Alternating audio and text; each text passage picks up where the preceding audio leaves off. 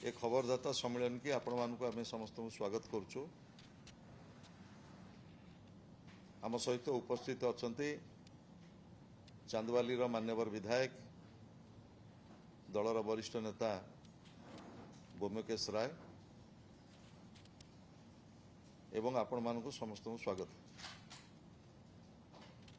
एक अत्यंत गुरुत्वपूर्ण प्रसंग ओडिशार जनजीवन को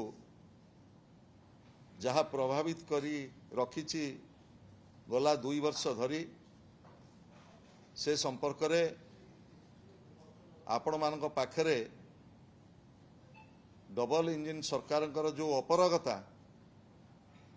आज जो भली भाव रे पर्दाफाश होईछि से संपर्क रे किछि तथ्य मु आपण मानक पाखे रखिया चाहे। नूतन सरकार आसीबा पूर्वरु ओडिशार चाषी कूल को आश्वस्त करथिले जे आमे एमएसपी सहित 800 टंका इनपुट सब्सिडी देई धान किनिबु एवं चाषीर समस्त बड़का एवं बिक्री योग्य धान संग्रह करिबु। आ भितरे 2टी आर्थिक वर्ष जाइछि एवं सरकारंकर अपारगता ओडिशार चाषी कूल प्रति जो धोखा सरकारंकर मिछ एवं प्रतारणा चाषी कूल प्रति आज निजे माननीय मुख्यमंत्री पूर्वांचल कृषि सम्मेलन रे स्वीकार कर प्रथमे कहगला ओडिशार चाषी कूलर समस्त बिक्री योग्य बड़का धान संग्रह करिबु। आपण माने जानिछन्ते चाषी माने रेजिस्ट्रेशन पाई आंदोलन करने को पड़िला, टोकन पाई आंदोलन करने को पड़िला, मंडी खोलिया पाई आंदोलन करने को पड़िला, मंडी रे किभली भाव रे धान बिक्री करिवे सेथिपाई मंद आंदोलन करने को पड़ला। सारा ओडिशा रे समस्त पैक्स लैंप्स आगे हजार हजार चाषींकर अकूल रोदन आज सारा भारत वर्षर मुख्य खबर है। संबलपुर चाषी संबलपुर बंद डाकरा देले, पश्चिम ओडिशा जहाँकि आमर खाद्य भंडार से खाद्य भंडार प्रत्येक जिल्ला रे चाषी माने लैंप्स पैक्स सीएसओ ऑफिस समवाय ऑफिस जिलापाल ऑफिस आगे धारणा देले टोकन अव्यवस्था को रोका जाऊ, कटनी छटनी बंद करा जाऊ एवं समस्त बड़का धान क्रय करा जाऊ। ये समस्या आहुरी बढ़िला 25-26 खरीफ जेतेबेले संग्रह आरंभ होला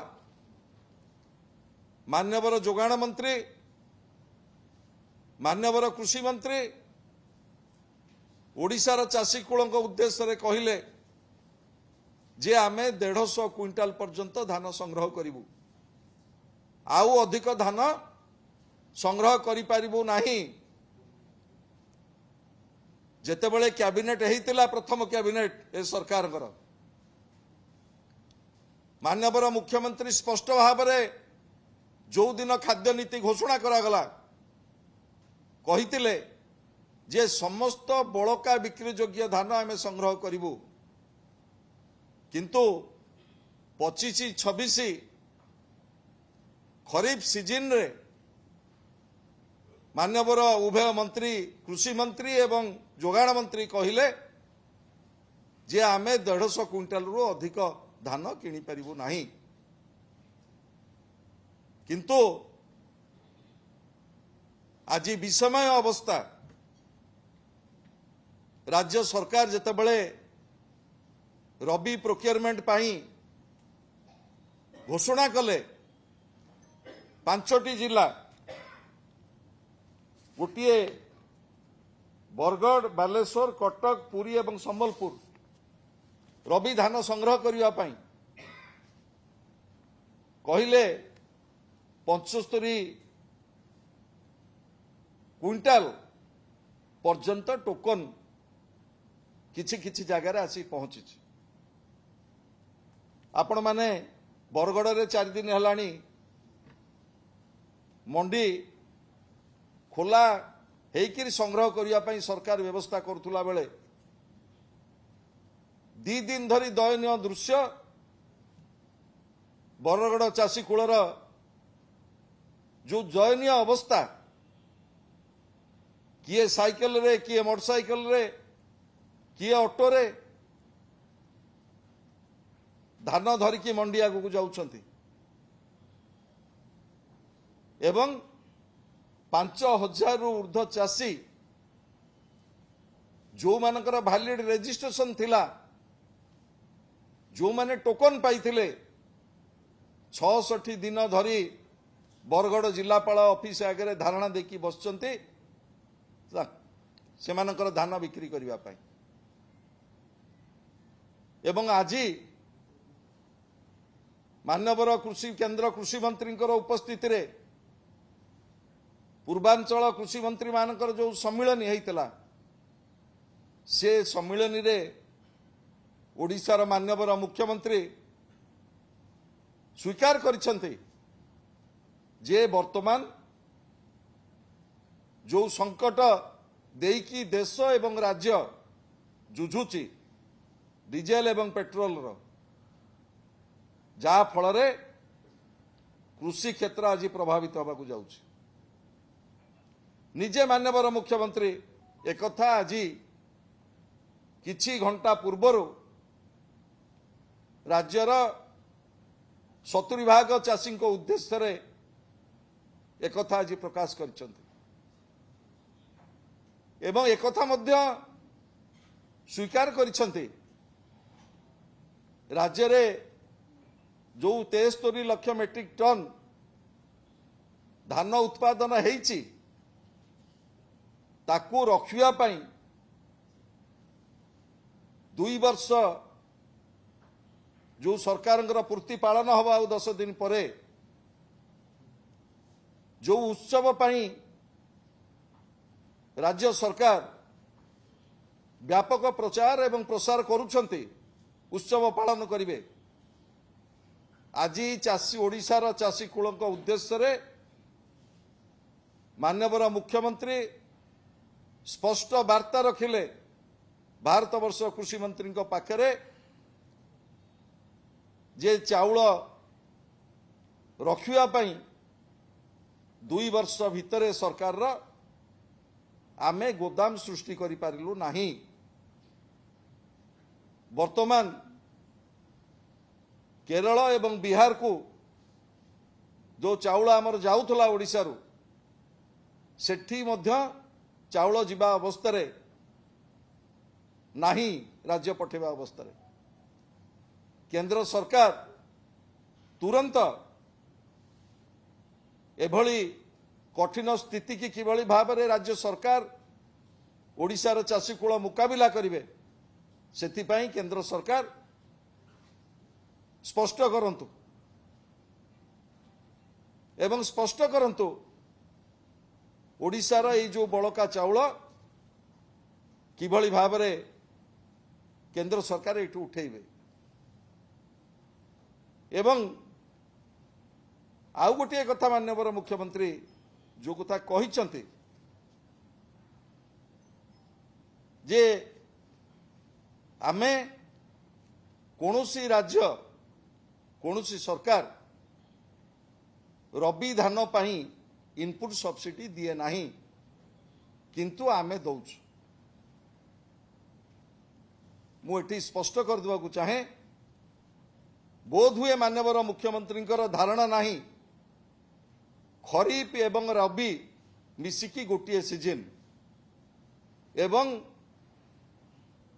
गोटे सीजन पाई कैबिनेट रे खाद्य नीति चूड़ांत हुए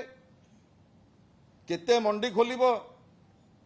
केते रजिस्ट्रेशन हब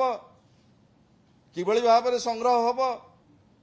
केबेठारु संग्रह हब मिलर किभली भाव में टैगिंग हेबे समस्त कथा कैबिनेट रो खाद्य नीति जेतबेले अनुमोदित हुए संपर्क में आलोचना करा जाए।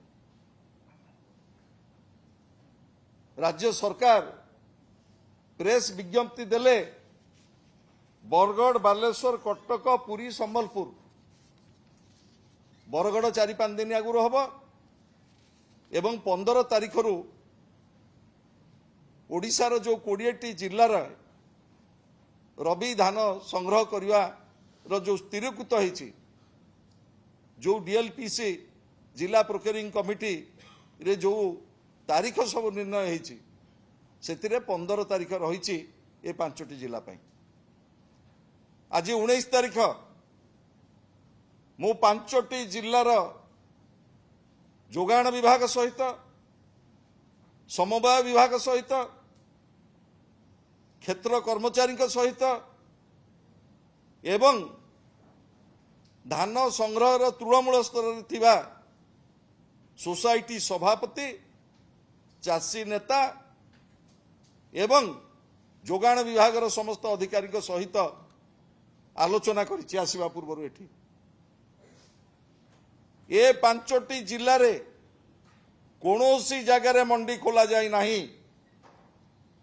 डीएलपीसी रे निष्पत्ति हेतिला 15 तारीख दिन मंडी खोलिब। आपण माने ए 5टी जिल्लार आपण मानकर जो रिपोर्टर्स अछंती से मानको पठांतु। आज है 19 तारीख कोनोसी जगार मंडी खोला है नाही कोनोसी मंडी रे मिलर टैगिंग है नाही को माने को मिलर आसिक धान उठेबे टोकन आस्ते आस्ते जाउची एवं सबुठारु चिंतार विषय है 75 क्विंटाल पर्यंत टोकन जाइछि 40 क्विंटाल 50 क्विंटाल 75 क्विंटाल जहाँ भी सरकार घोषणा करथिले से टोकन मध्य चाषी पाखरे पहुंचेनी। मु माननीय मुख्यमंत्री की आह्वान दउची ये 5टी जिला को आज समस्त जिलापाल मानकु से पचारंतु गोटे जगार मध्य व्यवस्थित मंडी खोला जाई नाही टोकन चाषी पाखरे पहुंची नाही को मंडी धान किए उठेब मिलर टैगिंग है नाही। आज 19 तारीख आज दिन 1:15 सुधा गोटे क्विंटाल चाउल मध्य धान मध्य संग्रह नाही। आपण माने भाबंतु ये डबल इंजिन सरकार जो भली भाव में डबल धोखा ओडिशार चाषी कूल को तार विचार आपण माने करिवे। मु खाली कही रखा चाहे डबल इंजिन सरकार आज जो 2 वर्ष पूर्ति जो कहते अमृत काल आसीगला 2 वर्ष पूर्ति उत्सव बंद करके ओडिशार चाषी कूल जो समस्यार सम्मुखीन हवाक जाउछंती सम्मुखीन होउछंती तार किभली भाव में स्थिर एवं स्थायी समाधान हो पारिबो सेथिपाई सरकार अधिक तत्पर हुंतु तुरंत गुरुत्वपूर्ण बैठक डाकंतु। भुवनेश्वर कटक ओडिशा नुह किछि अर्बान पॉकेट रे डीजेल पेट्रोल उपलब्धि कर दे कि कहूच कौनसी तेलर समस्या नाही संकट नाही। ओडिशार 70% ग्रामांचल रे जो पेट्रोल टांकी अच्छी कोठी डीजेल एवं पेट्रोल उपलब्धि नाही। मु काली पुरी जिल्ला रे तथ्य कहूची आज मध्य पुरी जिल्ला रे तथ्य कहूची कौनसी रूराल एरिया रे एपर्यंत 100% डीजेल पेट्रोल मिलूना। मोर चिंता जो हजार हजार ट्रक ट्रैक्टर लगे प्रोक्योरमेंट रे तांको पई जो आईन कराही 1000 टंका 2000 टंकार अधिक पकेब नहीं एवं ए संकट को सामना करबा पई ट्रांसपोर्ट कमिशनर जो उच्च स्तरीय बैठक डाकिकिरी कटक एसपी को डाकिकिरी किभली भाव रे बस रे तेल पड़िबो जो व्यवस्था पई सरकार 2 दिन तले आलोचना करछंती ठीक सही भली भाव रे जोगाण विभाग प्रमुख शासन सचिव तुरंत बैठक डाकंतु। ए जो 5टी जिला प्रारंभिक भाव में रबी प्रोक्योरमेंट 15 तारीख उठा कथा जो मंडी खोला है से जो ट्रक ट्रैक्टर लगे धान संग्रह रे से माने किभली भाव में डीजेल उपलब्धि हम से जोगाण विभाग प्रमुख शासन सचिव तुरंत बैठक डाकंतु नचेत ट्रैक्टर एवं ट्रक जो शह शह लगे से माने मध्य डीजेल ठीक भाव में पाइबे नहीं एवं मु माननीय मुख्यमंत्री की एठी दाबी करने को चाहे से आज संध्या सुधा ये 5टी जिला जोटा I&PR तरफ जो सूचना जारी करा जाइतिला 15 तारीख रु DLPC रे निष्पत्ति होइतिला मंडी खोलिबा पई केतोटी मंडी खोलीची केते चाषी ठारू केते क्विंटाल धान संग्रह होईची सबु टोकन चाषी पाखे उपलब्धि होईची नहीं तार गोटे खबर बाहर करंतु जिलापाल मान तरफ तापर जानिबे प्रकृत राज्यर स्थिति कौन ओडिशार चाषी कूल आज को भली भाव में प्रतारित होईची। वर्तमान राज्य रे जो चरम आईन श्रृंखला चाषी समस्या डीजेल पेट्रोल रो जो अवस्था आज 90 पैसा बढ़ी गलानी ता उपरे सामग्रिक भाव में भूमिकेश राय आपण पाखरे मत मंतव्य रखिए।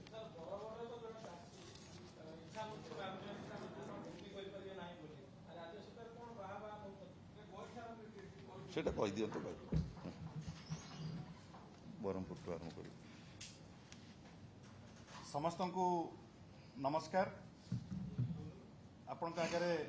विभिन्न तथ्य रखुले आम वरिष्ठ नेता संजय दास शर्मा महोदय आपण मैंने समस्त जानती जे खरीफ सीजन रे एथर बम्फर क्रॉप होता किंतु गला वर्ष सरकार जो चाउल संग्रह करथिले